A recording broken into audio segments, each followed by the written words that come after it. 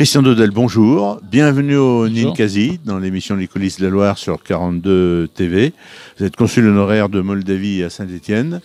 Et pas très loin d'ici, du Ninkasi, il y a quelques mois, vous avez organisé une célébration à l'occasion des 30 ans de l'indépendance de la République de Moldavie. Cette république est peu connue, on dit que c'est le pays le plus pauvre d'Europe. Pouvez-vous nous la présenter rapidement en spécialiste de géopolitique que vous êtes aussi, puisque vous êtes un universitaire. La Moldavie est maintenant très connue. Eh oui. Plus personne n'ignore la Moldavie. On peut dire hélas, quelque part. Oui, c'est la vie. Plus personne n'ignore la Moldavie et plus personne n'ignore son emplacement. Oui. Parce qu'on envoie des cartes à la télévision. Donc effectivement, la Moldavie est aujourd'hui sur toutes les cartes de l'actualité ukrainienne. Oui. Alors, 30 ans d'indépendance, peut-être quand même situé, c'est une ancienne république soviétique. Il y a aussi, il ne faut pas mélanger, parce qu'il y a la région de l'Est de la République de Roumanie est aussi la Moldavie, qui s'appelle aussi la Moldavie. Donc, quand c'était une république soviétique, qu'est-ce que c'était? Et vous nous présenterez cette zone aussi qu'on voit en rouge, longue, qui s'appelle la Transnistrie, et qui est née à l'issue d'une guerre, d'un affrontement entre russophones et romanophones. Oui, ce territoire a été beaucoup chahuté dans l'histoire, puisque c'est un endroit qu'on appelle au carrefour des empires, puisque ce territoire de la Moldavie, qui est en fait la Bessarabie, est au carrefour de l'ancien empire austro-hongrois, de l'empire russe et de l'empire ottoman. Alors cette Moldavie a existé sous la forme d'empire au 15e, 16e et 17e siècle.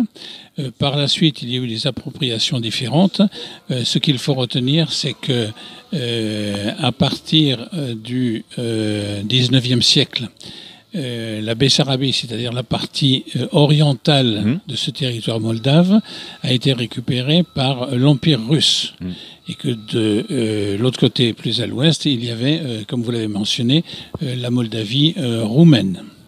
Donc en 1812, l'Empire russe récupère le territoire de Bessarabie, qu'il va perdre par la suite, puisqu'au début du XXe siècle, la Moldavie bessarabienne, on pourrait le dire comme ça, la partie orientale de la Bessarabie, est à nouveau indépendante et elle sera récupérée par l'Union soviétique en 1940. Donc c'est à partir de 1940 que cette Bessarabie, Moldavie orientale, devient une république soviétique socialiste et qu'elle le restera jusqu'en 1991, date de l'indépendance et de l'implosion de l'URSS par ailleurs.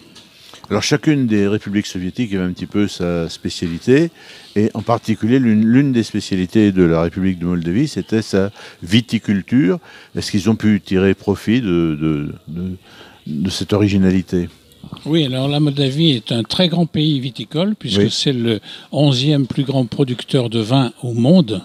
Pour se remettre les dimensions de la Moldavie en tête, la Moldavie est aujourd'hui dans une superficie qui est un peu plus grande que celle de la Belgique. Oui. Donc on ne dit pas de la Belgique que c'est un petit pays, donc la Moldavie n'est pas un petit pays à ce titre. Très grand développement de la viticulture dans ce pays, avec aujourd'hui des vins qui raflent tous les prix en Europe, parce que ce sont des vins rares, surprenants et de très grande qualité. Au début de l'indépendance, donc, il y a eu des affrontements et il y a une sécession qu'on a appelée la Transnistrie, c'est-à-dire au-delà du nom d'un fleuve. C'est une bande. Alors, ça a l'air tout petit, mais c'est très long quand même. Oui, il y a une raison historique à cette Transnistrie, qui est effectivement un territoire très allongé de 50 km de large et de 350 km de long, à l'est du Dniestre pour l'étymologie russe et du Nistrou pour l'étymologie roumaine. Donc cette bande a une histoire, puisqu'elle avait été mise en place par l'URSS avant que l'URSS ne récupère toute la Bessarabie. Et dans cet emplacement, par la suite, à partir de 1940, Staline avait installé la 14e armée soviétique, qui était une armée d'avancée, dans le contexte de la guerre froide. Et cette occupation militaire, pour une part, avec une population qui est très nombreuse d'origine russe, puisque du temps de Staline, il y avait eu déplacement de population, les Moldaves avaient été envoyés au Goulag, et des populations colonisatrices russes étaient venues s'installer dans cette partie de Transnistrie. Ce qui explique qu'aujourd'hui, que cette population transnistrienne qui s'élève à peu près à 500 000 habitants est majoritairement russe et russophone, et qu'il y a encore actuellement un effectif de 1500 militaires russes avec un équipement et un armement résiduel du temps de la guerre froide, mais qui aujourd'hui prend une connotation et un intérêt tout particulier dans le contexte du conflit avec l'Ukraine. Et il y a une dizaine de jours, il y a eu des incidents, il y a eu un bâtiment ministériel qui a été attaqué, deux antennes radio qui ont été aussi détruites, et on a eu peur que ça déclenche. Est-ce qu'on peut s'inquiéter effectivement que Poutine s'intéresse aussi à cette zone, peut-être pour détourner l'attention ou pour poursuivre ce qu'il est en train de faire dans l'est de l'Ukraine? Mais Poutine s'intéresse à toute la région parce que lui, il a un projet de restitution impériale et de reconstituer à l'ouest l'emprise russe de l'ancienne période impériale tsariste. Mais il a aussi l'idée d'une restitution, d'une certaine manière, de l'assise territoriale de l'URSS. Donc effectivement, la région est très problématique aujourd'hui d'un point de vue polémologique et d'un point de vue stratégique.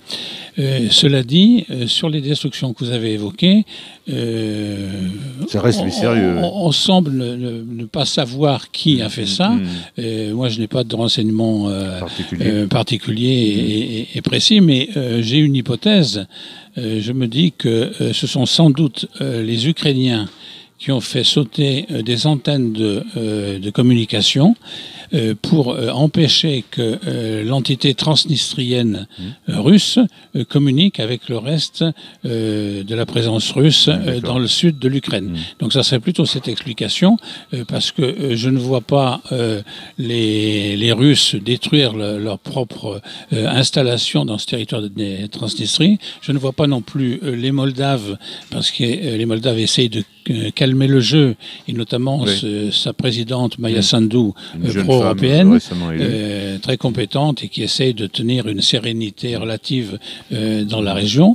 Et donc ça ne peut être que des activistes au bon sens du terme ukrainiens pour détruire une capacité d'équipement et de communication dans cette Transnistrie, parce que ce qui est à craindre, c'est que si les Russes reprenaient une attaque sur Odessa, en plus de l'invasion par la mer Noire, en plus de l'invasion par la Crimée et par la partie orientale, il pourrait y avoir une aide de ces troupes russes de Transnistrie par le nord.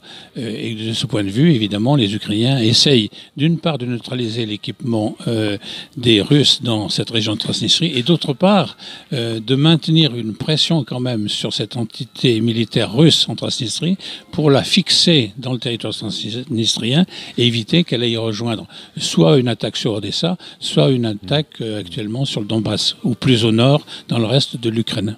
Alors une autre conséquence de cette attaque sur l'Ukraine, il y a un certain nombre de pays limitrophes, on parle beaucoup de la Pologne, mais la Moldavie reçoit beaucoup aussi de réfugiés ukrainiens, et on sait que c'est un pays pauvre. Comment ça se passe? Est-ce que des actions de solidarité sont conduites en direction de la Moldavie pour la soulager, pour l'assister dans cette mission d'accueil, d'assistance, de logement Alors bon, sur l'appellation Moldavie pauvre, je m'insurge un peu contre ce qualificatif, parce que certes, c'est un PIB qui est un des plus bas d'Europe, mais en Moldavie, les gens ne crèvent pas de faim, loin de là, que c'est un pays très agricole. Il y a eu beaucoup d'émigration. Et qu'effectivement, la soupape par rapport à la mise en berne du développement de son territoire, c'était une émigration très importante, puisqu'au lendemain de l'indépendance, en 1991, il y a eu beaucoup de départs direction de l'Ouest, Oui. sur la France, les États-Unis, l'Espagne, l'Italie, l'Allemagne et l'Angleterre, et le Québec. Et il y a donc une très grande diaspora moldave à l'extérieur du pays, et que cette diaspora est tellement importante que la population à l'intérieur de la Moldavie est passée de 4,5 millions d'habitants à moins de 3 millions aujourd'hui. Voire 2,6 millions. Donc très forte immigration. Des gens qui, installés en Occident et ayant des métiers rémunérés, permettent d'envoyer de l'aide aux habitants de Moldavie. Donc voilà ces aspects de diaspora et de niveau économique.